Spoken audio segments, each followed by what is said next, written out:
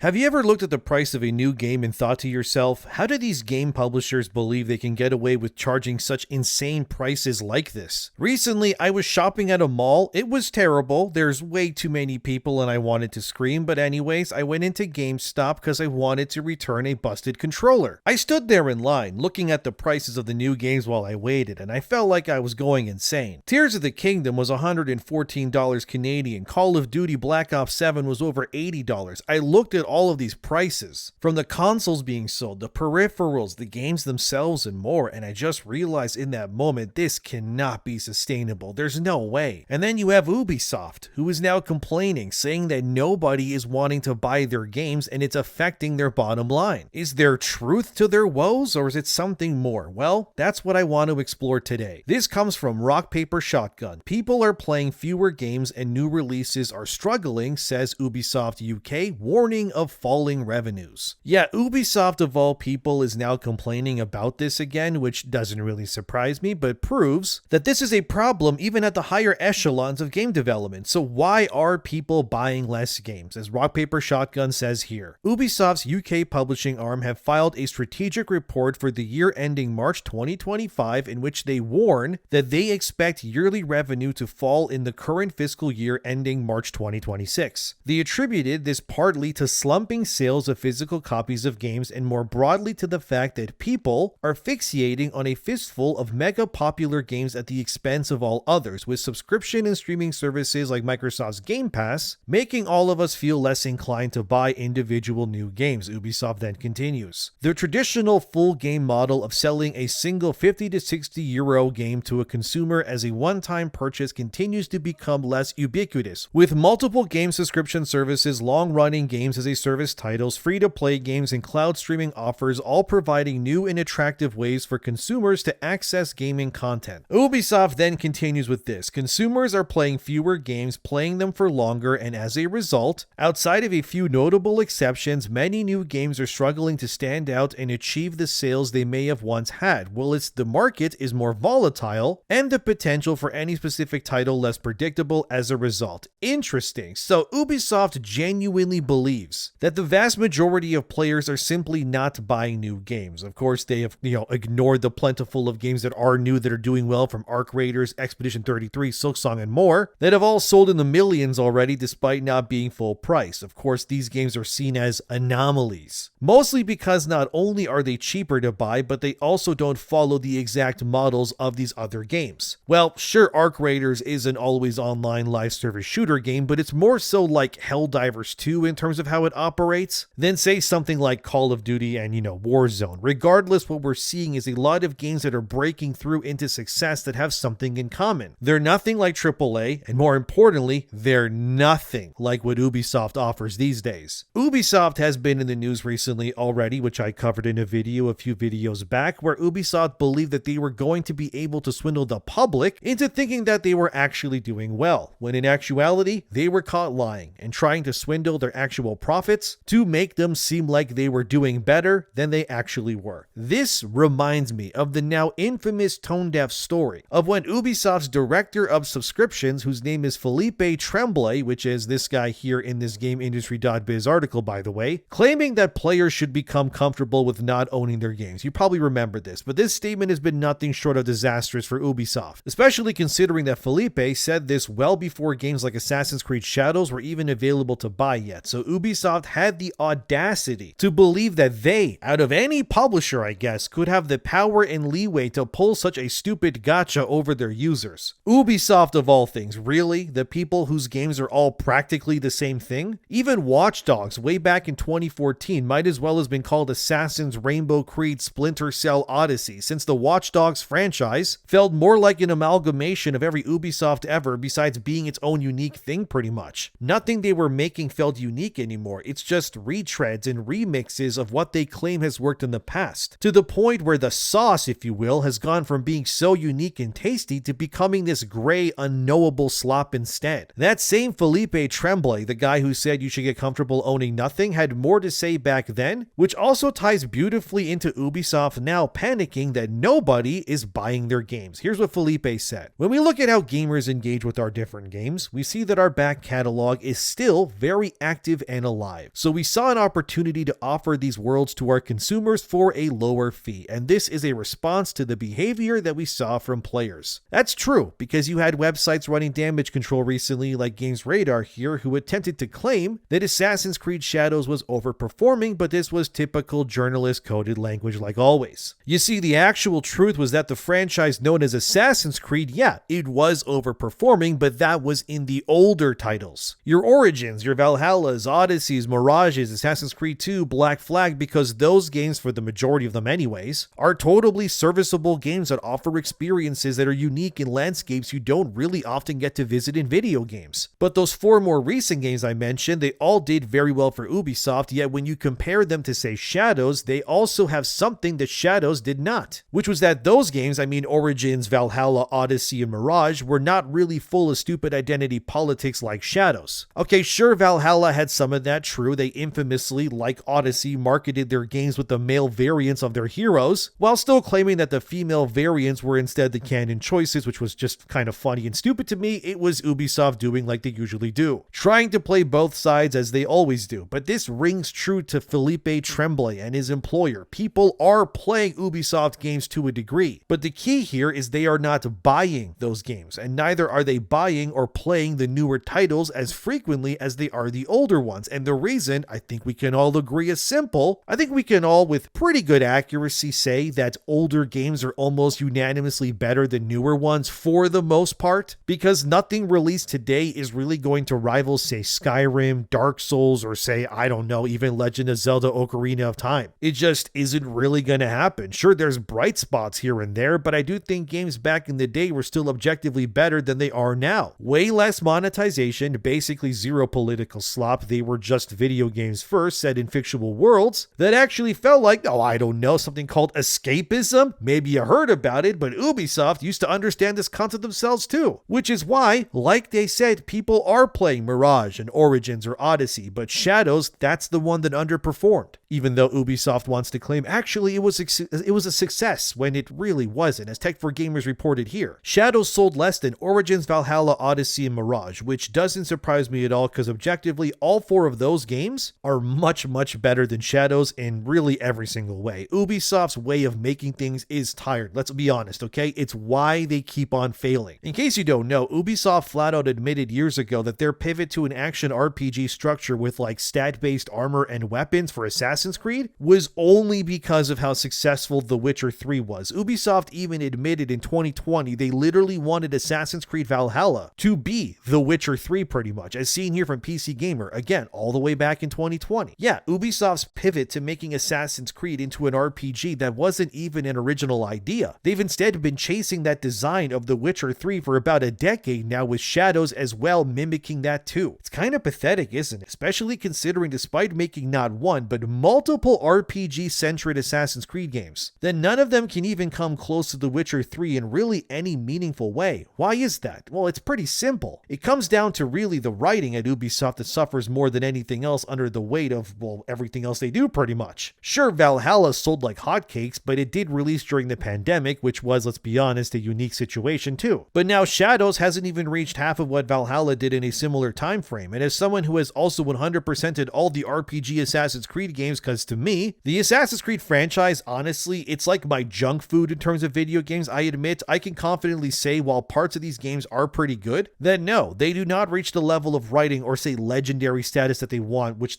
like The Witcher 3 has. Like, it's not even close, dude. I understand why Ubisoft would want to chase CD Projekt Red though, because The Witcher 3, in my opinion, it hasn't really been surpassed yet in what it's doing pretty much. Like, in my opinion, not even Cyberpunk 2077 can even come close to matching The Witcher 3 either, in my opinion. The Witcher 3 is, like I said before, it's one of those all-time games, you know, the Skyrims, the Dark Souls, the Bloodborns, the Portal 2s, if you will. These games that are just so mechanically sound and timeless, and their writing and their worlds are so good, they can't be matched pretty much. I will admit, I have really high hopes for Witcher 4, but I would also be lying if I wasn't worried, because how do you even reach the bar that Witcher 3 set those days back then? Like, Ubisoft may never be able to reach that level of quality, mostly because at the heart of Ubisoft is their internal greed and their inability to allow their developers to take those creative risks anymore, which is ironic considering that all of Ubisoft's best games came from their creative creators that were working there being allowed to take those risks in the first place. After all, Assassin's Creed wasn't even really meant to exist. It was originally a Prince of Persia game. But then the developers at Ubisoft, they saw what they had on offer there and then realized that the potential of such a series would be completely wasted if it was only tied down to a single time period or a character like the Prince. And Ubisoft then created what was arguably one of the most influential games of its time with the original Assassin's Creed. I still remember my first weekend with that game, man. I was a kid, I took the bus to the mall to grab Assassin's Creed. Yes, I skipped school to get it. I don't care, and I came all the way home. I booted that game up with my friends, and our jaws began to drop at the whole science fiction elements that were not shown in the trailers either, by the way. And then I just played it nonstop all weekend. I was completely enamored with Assassin's Creed back in the day. Ubisoft would do it again too with Far Cry 3. Sure, Far Cry 2 was cool, I liked that game, but Far Cry 3, man, that just felt next level for its time. Every game mechanic and system, it felt undeniably fresh and new. It was as if Ubisoft's developers knew exactly where to take these franchises in the future. And don't get me started on Assassin's Creed 2, which is still, in my opinion, one of the best sequel games of all time. Ezio Auditore is still the GOAT, dude. And again, these amazing games and franchises, they became what they were because Ubisoft actually allowed their developers to take those risks to make things that nobody else was making at the time, which is why it's so frustrating to see them now claim that nobody wants to buy their games anymore. But it's quite simple. It's because they're not making anything unique anymore. They haven't really pushed the needle forward. They refuse to innovate in any meaningful way. It's why, despite the Assassin's Creed games now becoming RPGs, I guess, they still were never nominated for Game of the Year ever, unlike their previous games, by the way, because why would they be? When there were better alternatives that were doing similar things as well. Like, Ubisoft is truly one of the most frustrating companies of all time for me. A publisher which had the world in their hands and then they squandered all of their potential. Imagine if Ubisoft kept allowing their developers to reiterate on their designs instead of interfering all the time and letting executives get involved instead. I mean, look at Black Flag. Ubisoft went ahead and casually just made arguably the greatest pirate simulator game of all time, even to this day. Black Flag shouldn't have worked the way it did, but it does, and it's amazing. Then what did Ubisoft do? They then spent almost $800 million in waste and over 10 years of development time creating a series based on something they did in Black Flag with Skull and Bones. As 80level.com reported back in November 2024, Skull and Bones costed somewhere near $650 to $850 million. What was their source on that? Alright, it was me actually. As seen here, I am referenced as the source. And yeah, I spoke to Ubisoft people about this last year, and when I tell you the level of frustration these people were telling me that was at these studios that were working on stuff like Skull and Bones, it was insane. That game was a complete misfire, dude. It was rebooted multiple times. I even got told they had people in charge at Ubisoft that were running teams that had never worked on a video game before, nor could they even speak the languages the developers who worked on these games spoke as well. It was a mess, guys. It was such a mess. Skull and Bones failed, and while sure Shadows was not the mega seller Ubisoft wanted, it's actually Skull and Bones that was likely the big reason why they had to run to Tencent for saving in the first place. Because you don't almost spend $1 billion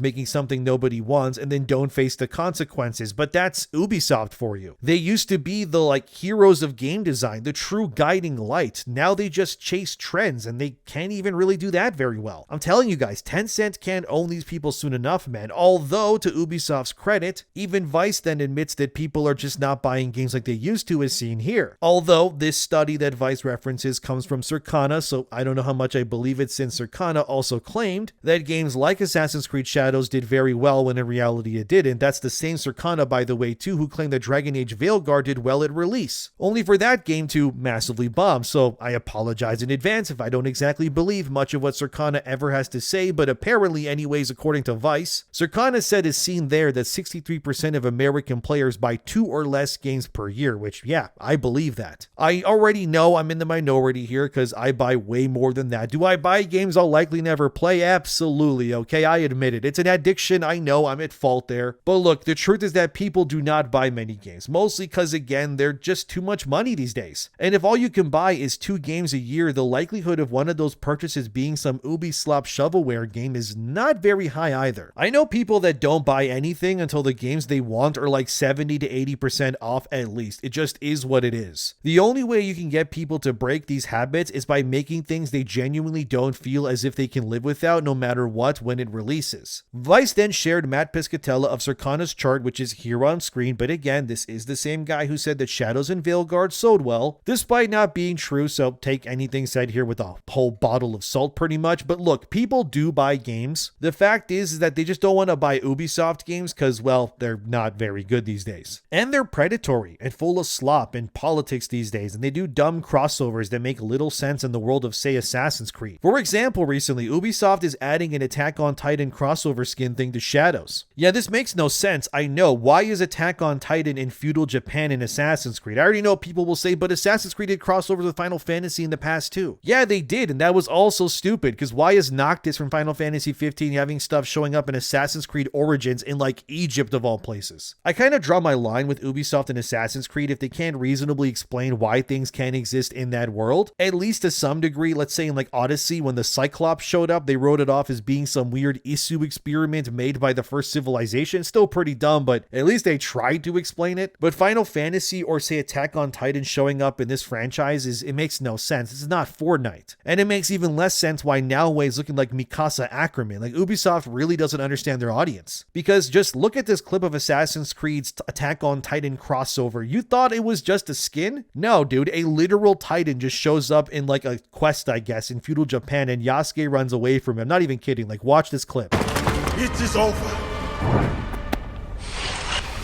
Gout wins free. Come on, let's go.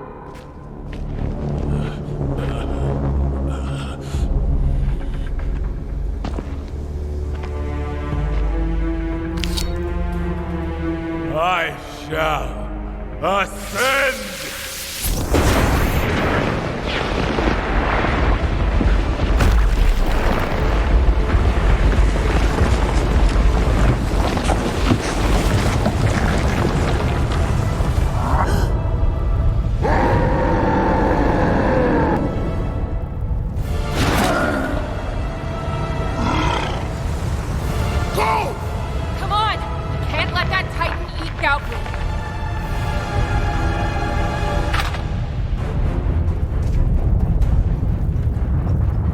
A meal monster!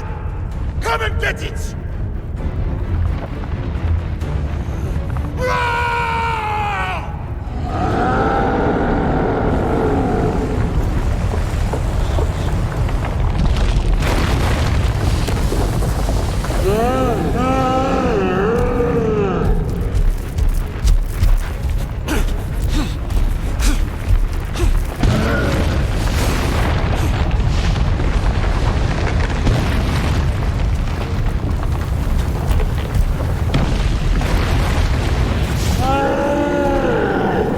Again, Ubisoft is making a game for nobody, but seals will clap when they see things I guess they recognize. Like, good lord, dude, how far they've fallen. But I also want to bring up another channel named Kiwi Talks, where this dude named Reese that runs the channel, he speaks to game developers about the state of the industry. So in this interview, Reese speaks to Brian Walker, who was a producer at Electronic Arts, Activision, and Retro Studios. And in Brian Walker's opinion, who has of course worked on the biggest AAA games in the industry, he firmly believes that the state of games today cannot continue before things do start collapsing. Please watch this clip. And we're at the point where games are not cost effective to make anymore. Yeah, that's right. A AAA game, even a mobile game, a high quality mobile game is going to cost 9 digits to make, start to finish, to take to market, start to finish.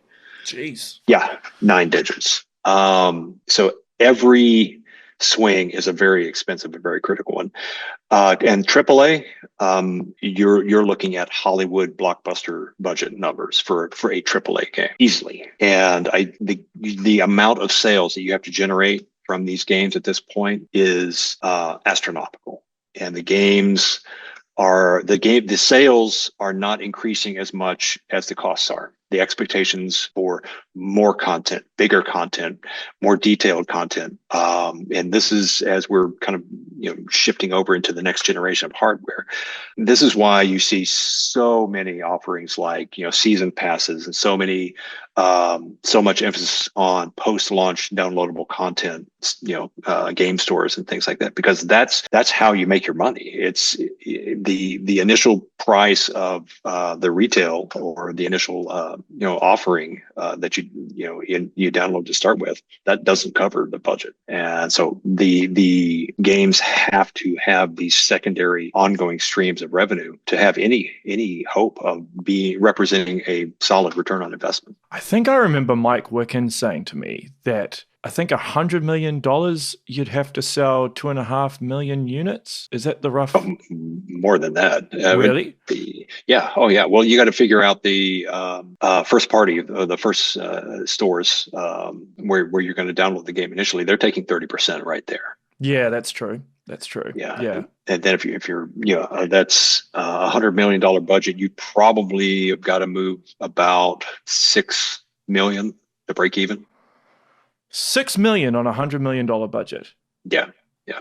And that would be, I mean, if we're theorizing here, would that be all digital sales? Because obviously physical, the retailers take a cut as well, right? Yeah. So and there's the boxes and shipments and so forth. In general, the retailers take a little more than the digital storefronts for their cut. And then you have other things you have to consider, such as what they call reserve on returns. So if somebody wants a refund, that takes another 15% generally out of the overall bottom line. Those are things that anybody that's saying, look at these massive sales for super IPA.